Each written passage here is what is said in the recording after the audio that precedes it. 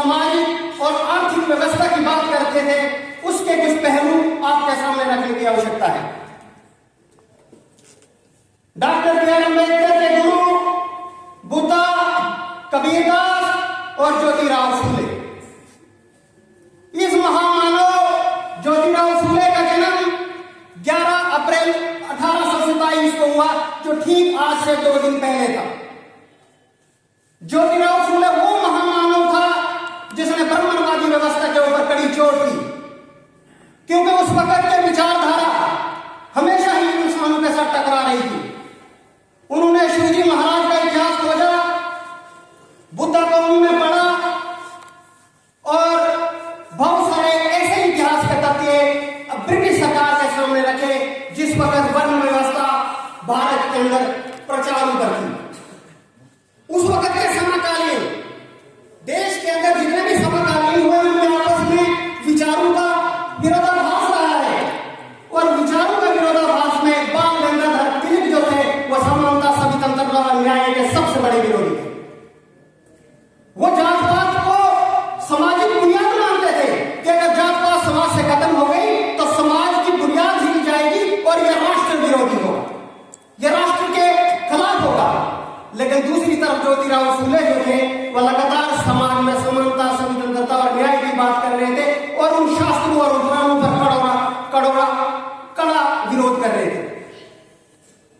ज्योतिराव फूले ने जब 1848 में पिछले तबके के लोगों के लिए स्कूल खोले, और उससे पहले ही ब्रिटिश सरकार जब भारत के अंदर आई थी 1813 में उन्होंने सब जातियों, सब धर्म के लोगों के लिए स्कूल खोल दिए गए। लेकिन वो लोग जो नहीं चाहते थे कि पिछले तबके के लोग स्कूल जाएं, उन्होंने इसको 40 साल उनको स्कूल नहीं आने दिया। 1848 में ज्योतिराव फूले ने अपने बलबूते पर यह स्कूल खोले, क्योंकि वो ज्यादा शोषित, वंचित, पिछड़े अति पिछड़ों के सख्त विरोधी और महिलाओं की शिक्षाओं के हक में नहीं थे। बाल गंगाधर तिलक तो 1858 में महिलाओं के लिए ज्योतिराव फूले ने स्कूल खोले और 1873 में उन्होंने सत्य शोधक समाज का निर्माण किया। और जब उन्होंने कहा कि जितने भी पुरोहित हैं, जितने भी धार्मिक कर्मकांड है, धार्मिक अनुष्ठान है, बलि प्रथा है, जो ईश्वर को पूजनीय है, उनका जो शूद्र जो लोग हैं, जो पिछड़े लोग हैं, वो इसको बाइकआउट करते हैं।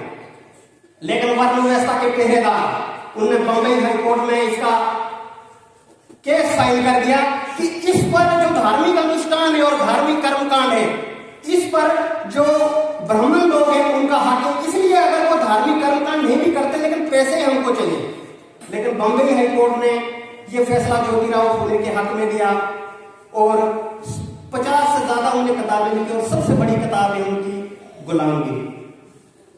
1890 में उनकी डेथ हो जाती है और 14 अप्रैल 1891 को डॉक्टर बी आर अम्बेडकर का जन्म होता है, और उनकी जो जन्म है मध्य प्रदेश के महू में होता है, और उनकी शिक्षा विदेशों में होती है, उनकी मृत्यु दिल्ली में होती है, और उनका अंतिम संस्कार जो है वो पूना में होता है।